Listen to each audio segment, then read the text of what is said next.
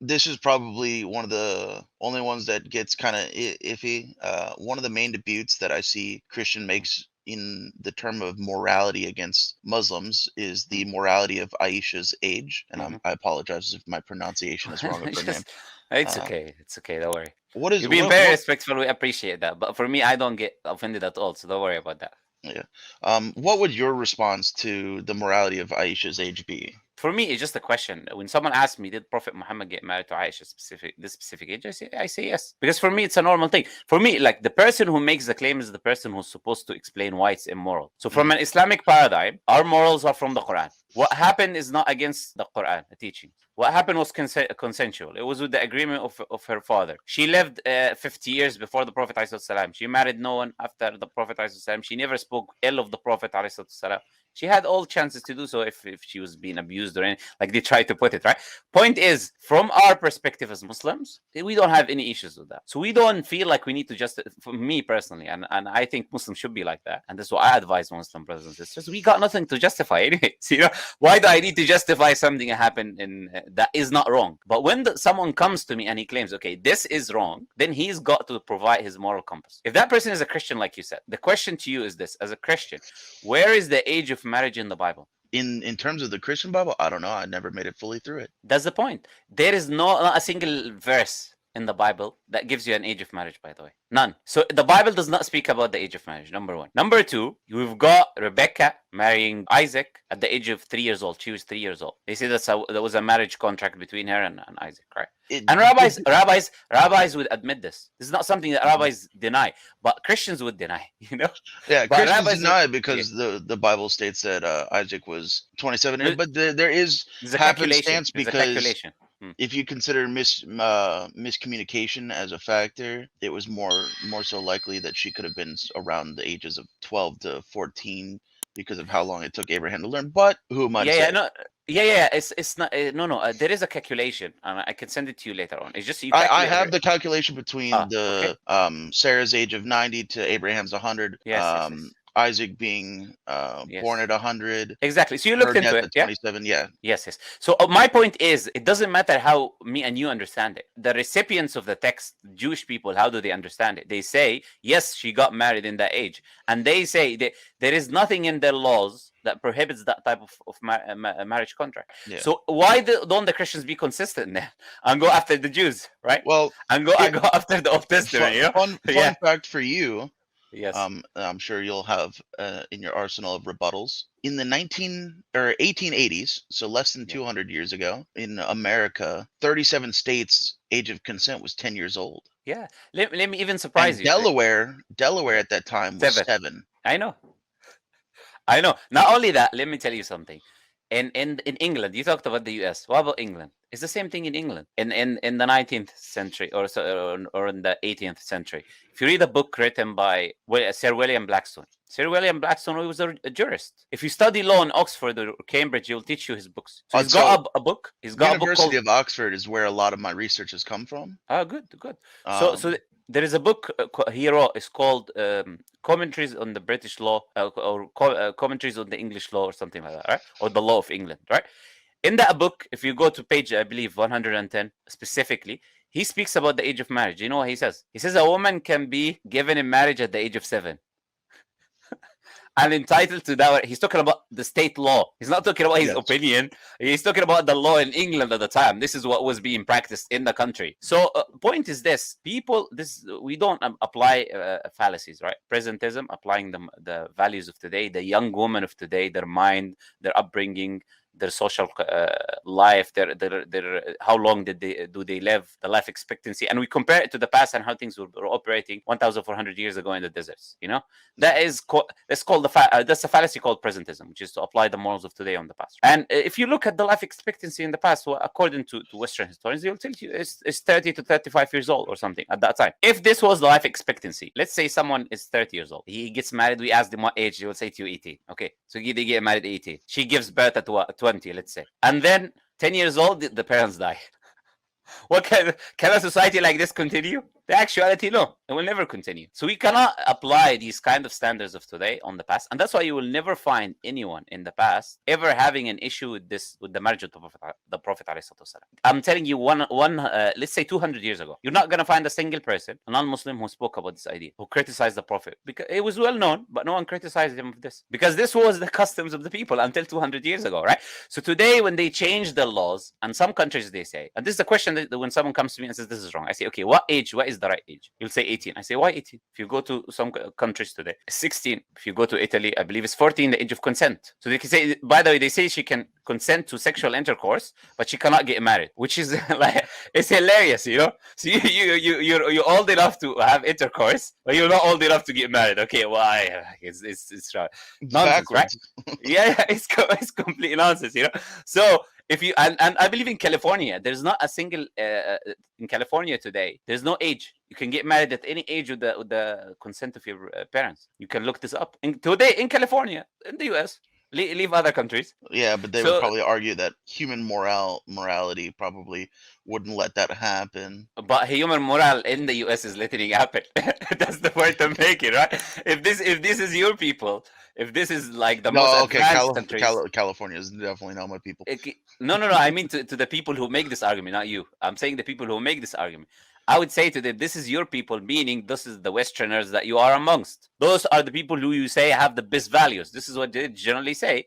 They say, look, America is advanced. We love America and this and that. Okay, so these are the morals of America. So you should have a problem with your country before you talk about anyone else. But as I said to you, the question has to start from, I don't need to justify anything. That's how I look at it. I don't need to justify anything. It's historically well known. There's no issues with that historically. Only an idiot who didn't study history would have an issue with that marriage because he doesn't know how things were in the past. He didn't study, he didn't learn, right?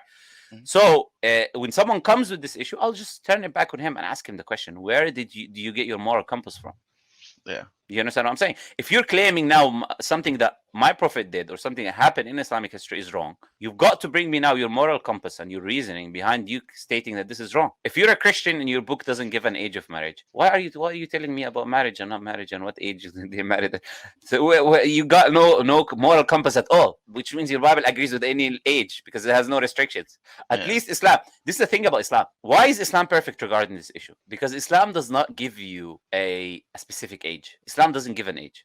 Islam gives a criteria. And because Islam knows women are different, so they mature differently, and different women will mature in different situations. Islam gives a criteria that works with all women. So the criteria is the principle the Prophet ﷺ set forward, which is la dara wa la darar. Cannot cause harm to anyone or yourself. Okay? So we use that principle that, look, you cannot marry a young woman, or even, by the way, an old woman, even 90 years old. If there's harm on her, it's impermissible to marry her. So it's not about the age, it's about the harm. So Islam prohibits you from marrying anyone that you would cause them harm, physical, psychological, or otherwise. Now, who can determine whether this girl is ready physically? That's well known. If she reaches the age of puberty, then she's ready physically. It's a sign, natural sign that she is ready. And psychologically, who can determine that? The people in her culture. People who are in her culture, people who are specialized in those fields of psychology and understanding and all of that, they can say, okay, she's ready at this age and she's not ready at that age. And also the family have a very strong opinion there to know whether no family will just give their children like cattle, you know. So they will look at their children and then they know when they're ready and when they're not ready. And the girl cannot get married without the permission of her wali, her guardian, which will be her father, for example. So, so you cannot just go marry a young girl if you like to marry her. No, the permission of the parents are needed. And the parents care about their children more than anyone else. In average, generally, we're saying. Right? Because someone come and say, oh, there is this parent. No, we're saying in general, right? Generally, the parents, they care about their children. So Islam gives you that perfect rule. There's no harm. So now we look at the different countries and how quickly the girls mature. So for example, in hot countries, they physically mature quicker than cold countries. There studies on fish, for example. If you put heat on them, they grow much quicker. Okay, so they grow quicker, but they stop. While the ones that grow in colder countries, they grow more but slower. Right. So this is what the study kind of showed.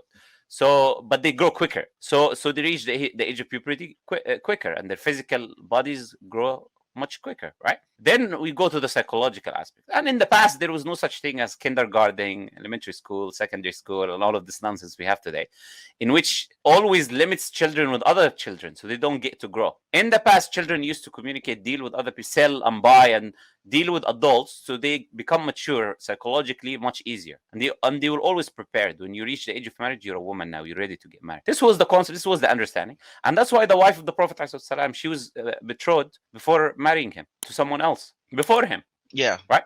And one of his wives, which was Safiya bint Huyay. And Huyay ibn Akhtab, her father, was the leader of the Jewish tribe, Banu Nadir. He was a leader of one of the main Jewish tribes. And his daughter, she got married at 10. Not to the Prophet, to someone else. This was the customs. This was the culture. This was how things were happening. The woman, she reaches the age of puberty, age of maturity. There's low life expectancy. A woman gets married. She can produce children. So we can continue to live a life. And this was how societies worked until just 100 years ago, 150 years ago, which people started bringing all of these numbers and disagreeing with each other, Well, so yeah.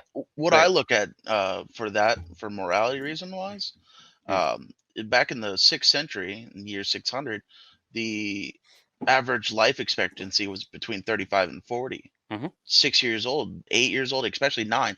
At 10 years old, you're already 1/4 of your life is done. Yeah.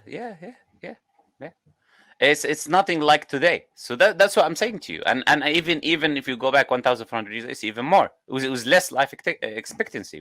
We had less advancement, so it was less. So just looking at it from that perspective, all of those people who come with these things is just uneducated. And what we do is by educating them on these issues, by saying, look, you have an issue, so you have to bring the rational justification to show me why this is a problem. It's not the onus on. You're making the claim, not me. You're saying X is immoral. I don't need to provide anything, justify anything. It's my belief, and that's historically accurate, but you didn't do your research. So if you're making a claim that there is a problem in it, come and justify. Tell me why there is an issue in this, right?